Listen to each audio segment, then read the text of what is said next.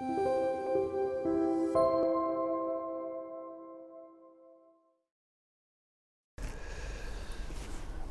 반갑습니다.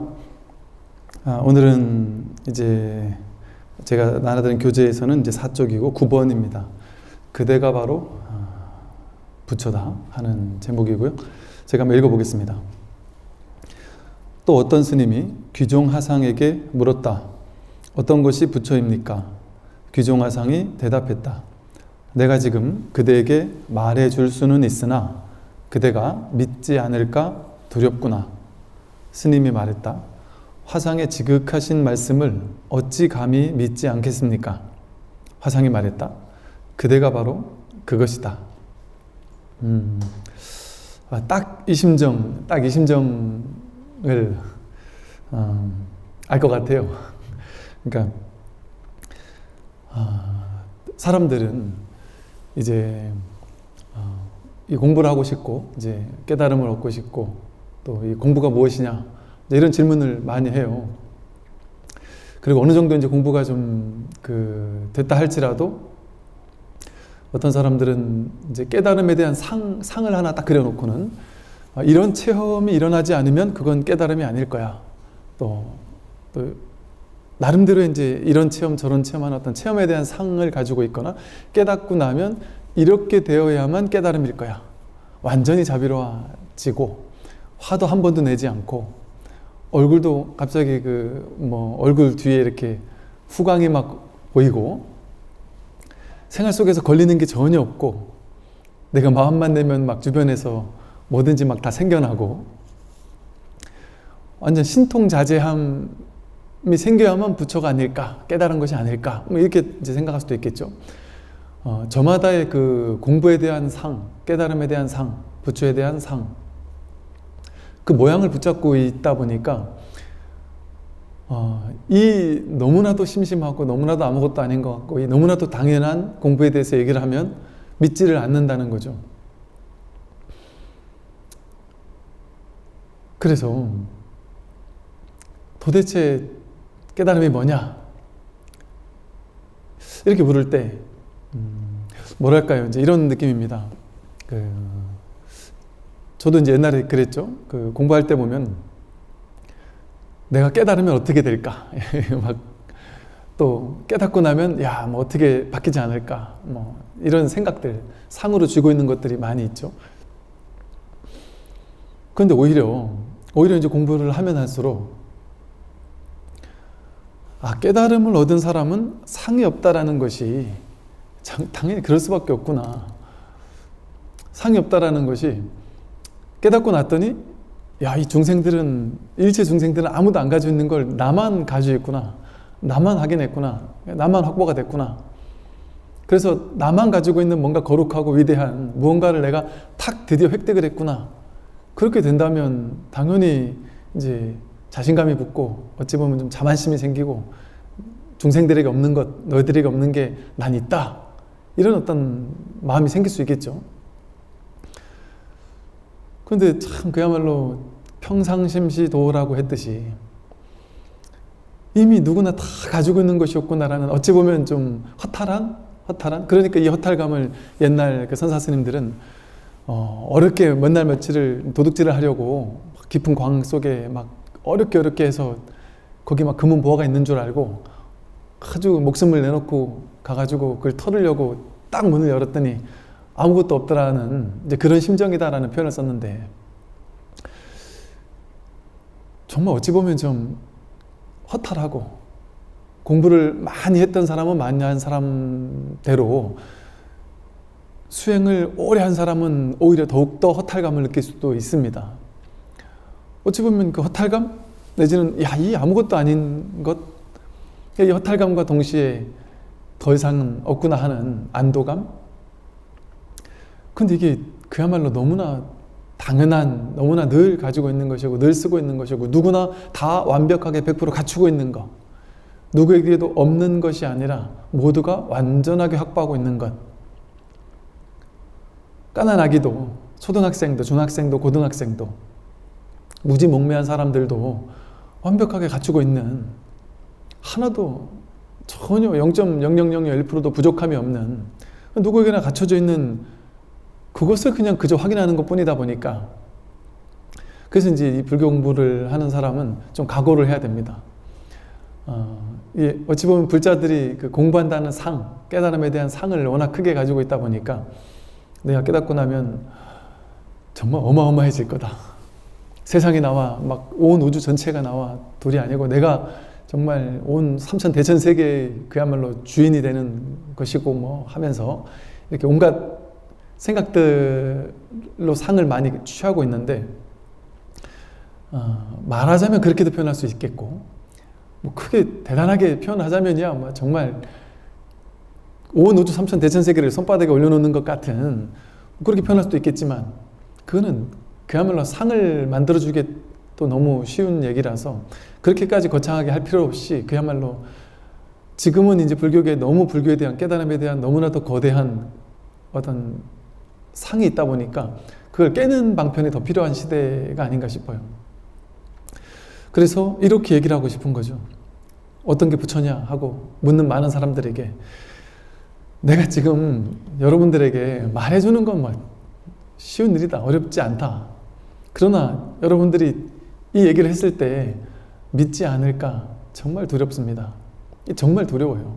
믿지 않을까, 혹은 믿지 않는 거면 차라리 괜찮은데 믿지 않는 것이 아니라 오히려 이제 저를 욕할 수도 있고 폄하할 수도 있고, 또 뭐 그거밖에 아니란 말이야 불교가 뭐 이러면서 이제 할 수도 있고, 또 심지어는 기존에 본인이 가지고 있는 그 깨달음에 대한 상, 불교에 대한 상을 딱 쥐고 있는, 그것도 견고하게 쥐고 있는, 내가 알고 있는 이 불교가 진짜 불교야 라고 딱 쥐고 있는 게 강한 사람이라면 이렇게 얘기해 줬을 때 저를 손가락질 하죠. 저를 손가락질 할 수 있습니다. 그러니 이런 얘기를 하지 않았을까 싶어요. 내가 그대에게 말해줄 수는 있으나 그대가 믿지 않을까 두렵다. 믿지 않은 정도가 아니라, 그래서 옛날부터 이 불교는요, 그러니까 지금의 시대가 정말 놀라운 시대인 이유가 뭐냐면, 그래서 옛날부터 깨달음을 얻은 사람들은 항상 좀 시대적으로 보면 좀 위험한 존재처럼 느껴졌던 거예요. 쉽게 말해 정치인들 이 사람들에게는 이 깨달음이라는 것은 중생들이 가지고 있던 기존에 있는 일체 모든 고정관념, 일체 모든 상을 깨뜨리는 거다 보니까, 말 그대로 파격, 격식을 파하는 거다 보니까, 우리가 파사현정이라고 해서 대승불교의 참뜻이 파사현정인데, 삿된 것을 파하기만 하면 끝이에요. 바른 건 저절로 이미 드러나 있기 때문에. 그러니까 깨달음을 찾을 필요는 없습니다. 부처를 찾을 필요는 없다. 부처는 이미 다 드러나 있기 때문에. 그런데 그게 내 분별망상 때문에 안 보이는 것일 뿐이었단 말이죠. 그러니까 불교의 목적은 삿된 것을, 즉 분별망상을 깨뜨리는 것밖에 없습니다. 그러니까 깨달음을 얻은 자는 중생들이 가지고 있는 고정관념, 그것들을 다 뺏어버린단 말이죠. 그런데 옛날에 그랬던 거죠. 한 나라가 운영되려면 나름대로 세우는 게 있어야 되잖아요. 나를 따르라 하고 이렇게 세우는 게 있어야 되는데 모든 걸 다 깨뜨려 버리니까 좀 위험한 존재일 수 있었던 거죠. 그래서 옛날 깨달은 자들은 도망 다니고 살해 협박을 받고, 육조 해능 스님도 막 도망 다니고 육조 스님을 잡으려고 막 원산을 태우기도 하고 막 동굴에 숨고, 그 육조 가사 뺏으려고 쫓아온 또 사람들도 있었고, 그런 식으로 깨달았다라고 하는 것은 상당히 어찌 보면 위험할 수 있어요. 그러다 보니까 또 아무에게나 이 얘기를 할 수 없는 거죠. 너무 어찌 보면 일상에서 봤을 때 완전히 격식을 깨뜨리는 거다 보니까 아무에게나 하면 전혀 들을 귀가 열리지 않은 거죠. 이거는 들을 귀가 열리지 않으면 결코 들을 수 없습니다. 그러니까 옛날에 스승들은 항상 제자의 근기를 봤죠. 그래서 처음에 출가하면 몇 개월 허드렛일 시키면서 하심하라고 하면서 마음을 비우도록 하심하라고 시키면서 스승에 대한 어떤 믿음을 좀 강조를 했었던 이유도 그건 것 같아요. 이 제자가 내가 하는 말을, 내가 너무 엄청난 얘기를 할 건데 이걸 들을 준비가 되어 있는 사람인가? 내가 콩을 파시라고 해도 믿을 만한 준비가 되어 있는 사람인가? 그게 확인됐을 때 이제 이 법을 알려줬죠. 그러니까 이제 사자 상승이니 또 스승이 제자 간에 은밀하게 법을 전했느니 이제 이런 이야기들이 있을 수 있었던 이유가 아마 거기 있지 않나 싶어요. 그러니까 아무에게나 대중에게 함부로 이 법을 막 발설하기가 쉽지 않았던 시대입니다. 또 지금보다 옛날에는 더 공부인들이 많지 않았고 좀 근기가 되는 사람들이 많지 않았다 보니까 더욱더 그랬겠죠. 말 잘못했다가는 그냥 관청에 끌려가서 목이 배임을 당할 수 있기 쉬웠을 수도 있겠죠. 또 같은 공부인들에게도 시기 질투와 내가 가만히 있으면 다음 이게 내 건데 저 사람이 이제 막 들어온 행자가 깨달았다 이래버리면 이거 뺏길 거 아니겠어요? 그러면 예를 들면 제거하려고 하거나 이랬을 수도 있지 않았겠나. 예를 들면 그러니까 이처럼 옛날에 이 법이 이렇게 대중적으로 그러니까 부처님 같은 경우는 정말 그 부처님의 그 법력도 대단하셨고 또 부처님의 그 배경 왕족 출신이라는 그 배경이 상당히 또 한몫을 시대적인 여건과 잘 맞아 떨어졌던 게 또 있었어요. 그러다 보니까 그 마가다국 왕이 벌써 부처님에게 딱 이렇게 막 붙여서 후원을 해주고 그랬던 게 그 마가다국의 두 개의 나라였던 코살라국의 어떤 속국처럼 되어 있던 카필라국의 왕자였다 보니까 이 사람과 내가 손을 잡으면 뭐가 돼도 되겠다 이런 계산들이 있었고 뭐 이런 정치적인 것들도 있었단 말이죠. 그러니까 그 인연이 잘 맞아떨어졌던 거죠. 부처님 같은 경우는 이처럼 이 공부는 너무나도 당연하고 너무나도 평범한 이야기이면서 동시에 너무나도 파격적인 이야기고 너무나도 격식을 깨뜨린 이야기이기 때문에 뭔가 쥐고 있는 게 있는 사람들에게는 이 얘기가 위험하게 들릴 수 있어요. 그래서 쉽게 말해 잘못 얘기했다가 욕먹기 쉽고 손가락질 당하기 쉽고 저는 외도다란 얘기 듣기도 쉬울 수도 있고 위험한 일일 수 있죠. 말해주는 건 아무것도 아니나 그걸 너가 받아들일 수 있을지 너 그러시만큼 될지 그게 내가 두렵다. 이게 충분히 이해할 수 있는 이야기예요. 그러니 이제 화상의 지극하신 말씀을 어찌 감히 내가 믿지 않겠습니까? 저는 스님께서 하는 말이라면 무슨 말이든 믿을 마음의 준비가 되어 있습니다. 마음을 비웠다. 내가 쥐고 있는 건 아무것도 없습니다. 완전히 내려놓았습니다. 그런 사람에게 할 수 있는 얘기란 말이죠. 네가 바로 부처다. 네가 바로 그것이다. 하고 이제 설명을 해줄 수 있단 말이죠. 우리가 모두가 정말 공부를 하면 할수록 이 공부했다라는 상을 정말 내세울 수가 없구나. 나만 공부됐으면 그 얘기를 할 수 있는데 공부 안 된 사람이 없는데 어떻게 그걸 할 수가 있겠어요. 다만 누구나 그러나 중생들은 분별망상에 시달리지만 부처님 같으면 분별망상에 시달리지는 않겠죠. 근데 그게 뭐 대단한 능력인가요? 사실은 이렇게 얘기하면 제가 부처님을 폄하하는 얘기가 아니라 사실은 중생들 사이에서도 이게 웃긴 게 분별을 깨뜨리는 건 능력이 아니에요. 예를 들어 A라는 사람은 사람들마다 저마다 자기가 집착하고 있는 바가 다르죠. 어떤 사람은 돈에 엄청 집착할 수 있고 B라는 사람은 돈에는 전혀 집착도 안 하고 관심도 없고 오히려 명예에 관심이 있을 수 있고 또 어떤 사람은 그런 거 돈 명예 다 필요 없다. 난 그냥 건강만 했으면 좋겠다. 너무 아팠던 사람은 이 사람은 돈 명예에 대해서는 완전 해탈해 버린 거예요. 건강만 있으면 좋겠다 이렇게 생각할 수 있어요. 또 어떤 사람은 돈 명예 건강 뭐 다 필요 없다. 난 깨달음만 있으면 좋겠다. 그럴 수 있어요. 그러면 그런 사람은 돈 명예에선 해탈해 버린 겁니다. 돈만 있으면 난 좋겠다 하는 사람은 딴 거는 아무리 줘도 난 싫다. 나는 돈만 있으면 좋다. 딴 거에서는 해탈했을 수 있죠. 여기에 대한 분별, 망상과 집착만 잔뜩 있는 거죠. 이처럼 어디에 집착하느냐의 그 내용물이 달라지는 것일 뿐이지 우리는 어느 면에서는 집착하고 있고 어느 면에서는 해탈해 있어요. 자유롭습니다. 그러니까 자유로운 능력이 없는 게 아니란 말이죠. 누구에게나 그 자유로운 능력이 다 갖추고 있고 또 자기가 쓰고 있죠. 그러니까 10가지, 20가지, 100가지, 1000가지를 다 집착하고 사는 사람 없잖아요. 자기가 유난히 더 집착하는 게 있지. 그리고 또 옛날엔 난 A라는 거에 돈에 엄청 집착을 하던 사람인데 어느 정도 돈도 벌고 쓸 만큼 써봤더니 별 재미없더라. 이제는 내가 깨달음밖에 없구나라는 걸 깨달았다. 한다면 이 사람은 돈에 대한 집착을 그때는 했지만 지금은 안 하겠죠. 해탈했겠죠. 그렇다고 해서 이 사람이 깨달은 사람이냐? 그렇진 않다고 말하죠. 즉 돈에 대해서 쥐었다가 해탈할 수 있어요. 어느 순간에. 명예에 대해서 막 한껏 쥐고 있다가 거기서 다시 그냥 탁 내려놓고 해탈할 수도 있어요. 즉 이 말은 뭐냐 하면 깨달음이라는 것이 그렇게 막 엄청나고 대단하다고 할 수 있느냐. 누구나 일상적으로 쥐고 내 스스로 망상을 가지고 분별 망상을 가지고 특정한 것을 취하고 집착하고 그로 인해 괴로워하고 아파하다가 스스로 어느 순간 그것을 또 내려놔요. 거기서 해탈해요. 그리고 대상을 바꾸죠. 이제 또 다른 걸 또 쥐고 또 이걸 내려놓고 다른 걸 쥐고 이렇게 내려놓는 법을 모르는 게 아닙니다. 다 알죠.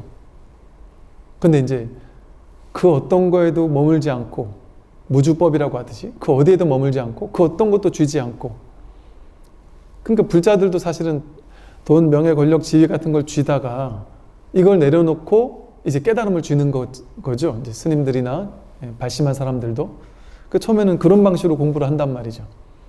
그러다 결국 가서는 그것조차 법조차 놓아버렸을 때 진짜 법이 드러난다. 이런 표현을 쓴 이유가 거기에 있을 겁니다. 이처럼 우리에게 완전한 그야말로 깨달음이 이미 갖추어져 있고 법이 갖추어져 있고 누구나 이 법을 쓰고 있죠.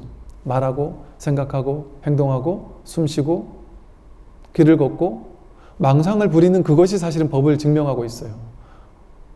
망상을 부리는 번뇌직 벌이라고 하듯이 망상을 부리는 그것이 바로 내가 깨달음이다라는 것을 증명하고 있다. 망상이 어디에서 일어나요? 망상은 도대체 누가 일으켜요? 망상이 일어나고 있다는 그 자체가 법을 증명해주고 있는 거야. 이 법 하나에서 모든 게 삼라만상이 일어나거든요.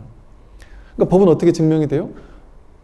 바다는 어떻게 증명이 돼요? 바다 위에 있는 파도를 보면서 파도 속에서 바다가 증명이 되듯이 파도가 곧 바다이듯이 중생이고 부처거든요. 생사가 곧 열반이고 이 설법을 듣고 있는 그거 자체가 벌써 내 안에 확실하게 자리 잡고 있는 법을 증명해주고 있는 것이다. 눈으로 보는 것, 길을 걷는 것, 밥을 먹는 것, 숨 쉬는 것, 잠을 자는 것, 졸리면 자고 배고프면 밥을 찾고 배부르면 가서 싸고 그게 그대로 내가 법을 그대로 이렇게 완벽하게 갖춰 쓰고 있다는 것을 100% 드러내주고 있는 것이죠, 사실은. 이 법에 대해서 이제 앞으로도 계속해서 설명을 하고 있어요, 수심결에서는. 이제 10번째, 어떻게 보림하는가 부분입니다. 스님이 말했다. 그렇다면 어떻게 보림해야 합니까? 보호임지라고 해서 깨달음을 잘 보호하고 지키고 닦아가는 그런 것을 얘기하죠. 어떻게 보림해야 합니까? 화상이 말했다. 티끌 하나가 눈 속에 들어가면 허공꽃이 어지러이 떨어지는 듯하다. 그 스님은 이 말 끝에 깨달은 바가 있었다. 위에서 말한 바와 같이 옛 성현들이 도에 들어간 인연은 명백하고 간단하니 수고를 더는데 도움이 될 것이다. 이러한 공안을 인연으로 공부해 가다가 믿음이 가거나 밝게 이해되는 바가 있다면 옛 성현들과 손을 잡고 함께 갈 수 있을 것이다. 어떻게 예를 들어 이제 본인이 이제 깨달음 이제 보임이라는 것은 이제 우리 도노 이후에 도노 점수라는 표현을 쓰죠. 이제 도노 이후에 몰록 이것이 바로 법이구나. 이것이 바로 뭐랄까 한마음이구나. 본래 면목이구나라는 사실을 탁 확인하고 나서 이 점수를 하는 것을 이제 보임한다 그럽니다. 깨달음을 잘 지키는 것. 이 보임을 어떻게 하는 게 잘하는 거냐라고 이제 물었을 때 이 얘기를 했단 말이죠. 티끌 하나가 눈 속에 들어가면 허공꽃이 어지러이 떨어지는 듯하다. 우리가 이제 허공꽃이라는 비유가 이제 경전에서도 종종 나오는데요. 내 눈에 우리가 아침에 일어나서 눈에 티끌이 들어갔거나 아니면 아침에 일어나서 눈꺼풀이 있어가지고 눈에 먼저 문제가 생겼을 때 그때 허공을 보면 허공에 실제 뭐가 없는데 그걸 여기서는 허공꽃, 공화라고 표현을 했는데, 뭐가 실제로는 피어난 꽃이 허공에 없는데 내 눈 속에 티끌이 들어가면, 눈 속에 뭐 눈꺼풀 같은 게 있으면 이제 허공에 뭔가가 있는 것처럼 보인단 말이죠. 옛날에 저희 이제 사진 찍다 보면 사진이 자꾸 흐릿하게 보이는 때가 있을 수 있어요. 특정 부분이. 그럴 때는 이제 사진 렌즈를 보면 렌즈에 뭐가 이렇게 꼈거나 뭐가 튀었거나, 그럼 그것만 싹 닦아주면은 바깥이 깨끗하게 보이잖아요. 그것처럼 자기 눈에 티끌 하나가 눈 속에 들어가면, 내 눈 속에 들어가면 세상에 본래는 텅 빈 세상인데 꽃이 있는 것처럼 보인다. 세상이 진짜 있는 것처럼 보인다, 이 소리죠. 이 말은 허공꽃이 뭐냐면 이 세상 삼라만상 모든 것이 전부 다 허공꽃입니다. 있는 것처럼 느껴지는 모든 것들, 또 내가 내 마음 안에서 힘들다, 괴롭다, 고통스럽다, 모든 문제들, 모든 괴로움들, 고통들, 이 모든 것이 다 내 고통이라고 느끼는 모든 것들이 진짜 고통이 진짜 있는 것 같잖아요. 내 인생에 어떤 문제가 진짜 있는 것 같잖아요. 그게 실제로는 그 문제가 진짜 바깥에 있는 것이 아니라, 그 문제가 진짜 바깥에서 나를 괴롭히고 있는 문제가 실제로 있는 게 아니고, 그거는 내 눈에 티끌이 있기 때문에 바깥에 허공꽃이 보이는 것일 뿐이다. 즉, 이 말은 바깥에 실제 문제란 없다는 거죠. 나의 깨달음을 방해하는 바깥에 실질적인 문제, 실질적인 괴로움, 나를 공격하는 어떤 사람, 내 바깥에 어떤 실체적인 존재, 삼라만상, 그 모든 문제는 전부 다 공화다, 공화. 텅 빈 가운데 내 눈 속에 티끌이 들어가니까 그게 바깥에 있는 꽃인 것처럼 보일 뿐이다. 그게 뭐 꽃이 되었든, 뭐 오물이 되었든, 문제가 되었든, 행복이 되었든, 불행이 되었든, 그건 전부 다 실제 바깥에는 텅 비어서 아무 일도 없는데 내 눈 안에 들어간 것일 뿐이다. 내 눈 안에 들어간 이 티끌이 뭘까요? 그게 바로 분별망상의 티끌입니다. 세상에는 아무 일이 없는데, 그냥 이대로인데, 내가 내 안에서 어떤 걸 취하고 어떤 걸 버리려 하고 분별을 일으켜서 취사 간택심을 일으키고, 어떤 거에 집착하고 어떤 건 거부하고, 집착하는 걸 더 가지려고 욕심, 애욕을 일으키고, 혹은 그걸 갖지 못했을 때 썩내고 화내고 진심을 일으키고, 그러는 것 자체가 바로 어리석은 치심이고 무명이란 말이죠. 이처럼 탐진치 삼독이 일어나는 것이 자기 안에서 일어나는 허망한 망상이고 착각이다. 자기 분별이다. 그러니 이렇게 내 인생에 등장하는 모든 괴로운 문제들은 전부 다 공화예요, 공화. 자기 안에서 일어난 문제다. 바깥에 실제 문제는 없다. 바깥에 나를 괴롭힐 만한 실질적인 문제는 없다. 누가 나한테 욕했다? 그거 공화입니다. 내 눈에 티끌이 있으니까 그 욕이 내가 충격적으로 받아들여지는 거예요. 그런 사람들 있잖아요. 이렇게 보면 전혀 살이 안 찐 사람인데 누가 살쪘다고 욕하면 그게 막 내 인생을 막 무너뜨리는 것처럼 괴로워하는 사람들이 있을 수 있어요. 근데 예를 들어 그 사람이 그런 이유는 자기가 자기 안에서 옛날에 살 쪘었을 때 그때 좀 두려운 기억이 있었다든지, 예를 들면, 아니면 본인이 살을 빼려고 막 기를 쓰고 막 다이어트 하고 하다가 스트레스를 너무 받으면서 다이어트를 하고, 또 다이어트 하다가 거식증이 왔다가 갑자기 폭식증으로 바뀌었다가, 그러면서 몸도 망가지고 정신적인 스트레스를 너무 받은 사람들이 예를 들어 있다. 그런 사람에게, 그런 자기 안에 상처가 있는 사람, 티끌이 있는 사람에게 그런 얘기를 한다면, 너 요즘 살 좀 찐 것 같다 얘기를 하면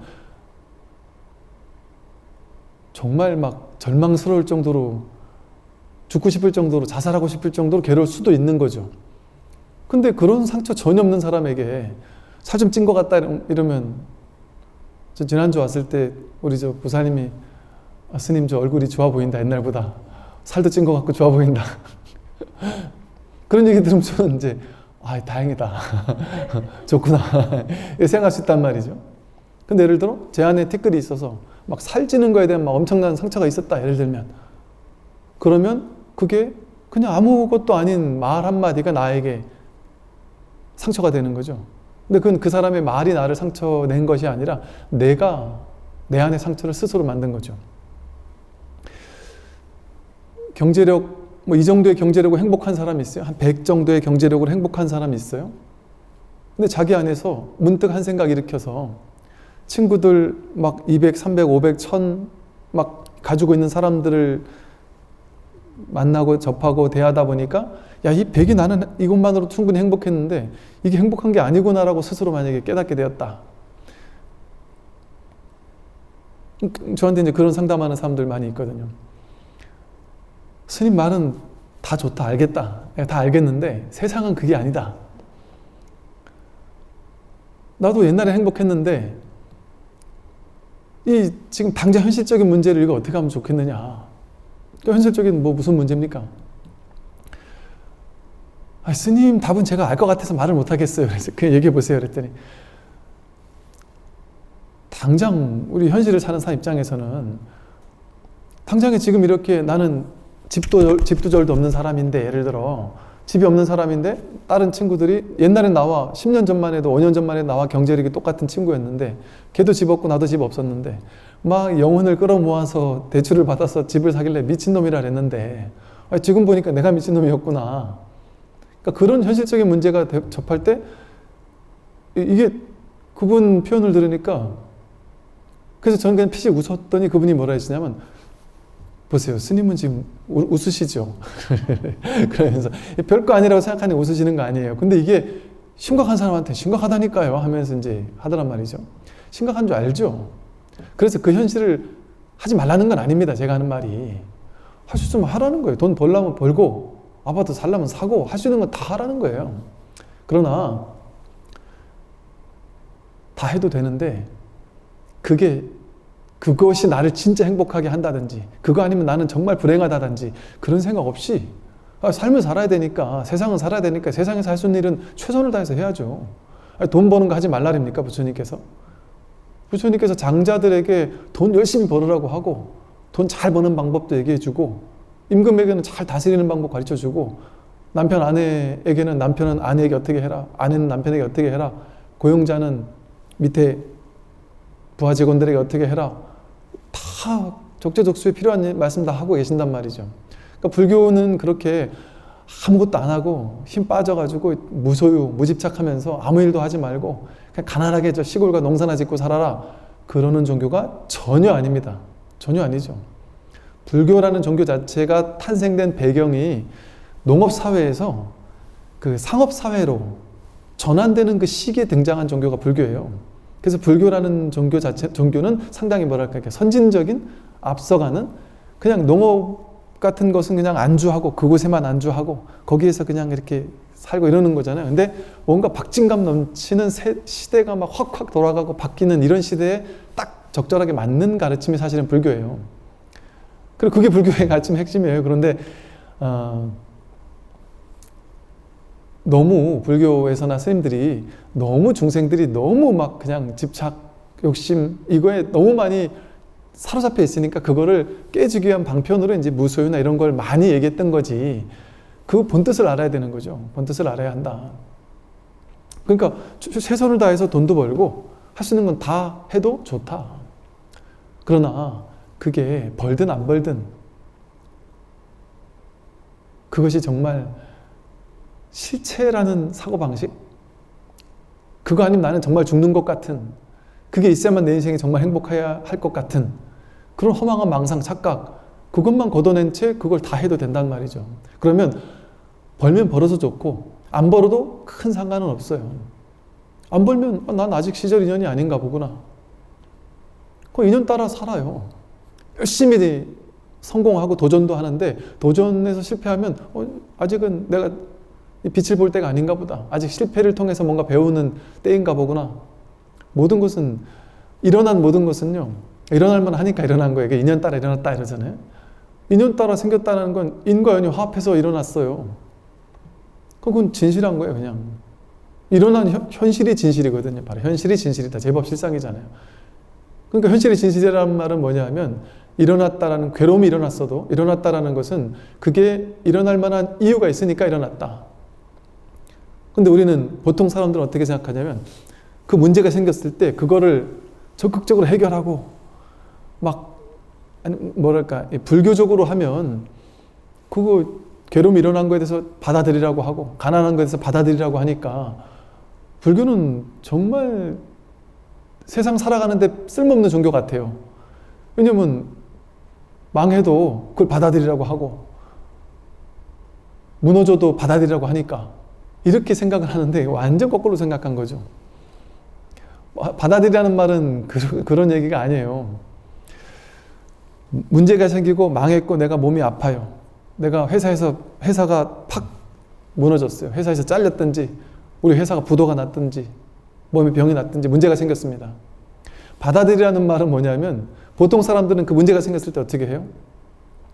세상을 원망하고 저놈을 탓하고 회사를 탓하고 세상을 탓하고 코로나를 탓하고 온갖 바깥 탓하면서 왜 나한테 이런 일이 벌어졌느냐 하고 막 스트레스 받고 막 세상에 염증을 느끼고 불안해하고 초조해하고 어떻게 내가 이길 수 있지? 그러면서 더 큰 생각을 일으켜서 이러다가 내가 나중에 잘못되는 거 아닐까? 남들이 나를 욕하는 거 아닐까? 내가 10년 후는 더 정말 저 서울역에 노숙자가 되는 거 아닐까? 온갖 막 스트레스가 나를 더 크게 힘들게 만들 수 있단 말이죠. 그러면서 그 좌절, 그 생각이 만드는 문제 속에 두 번째, 세 번째 화살을 맞아서 그 생각이 만들어낸 두 번째, 세 번째 화살의 그 거대한 괴로움 속에 오히려 막 더 철저하게 무너진단 말이죠.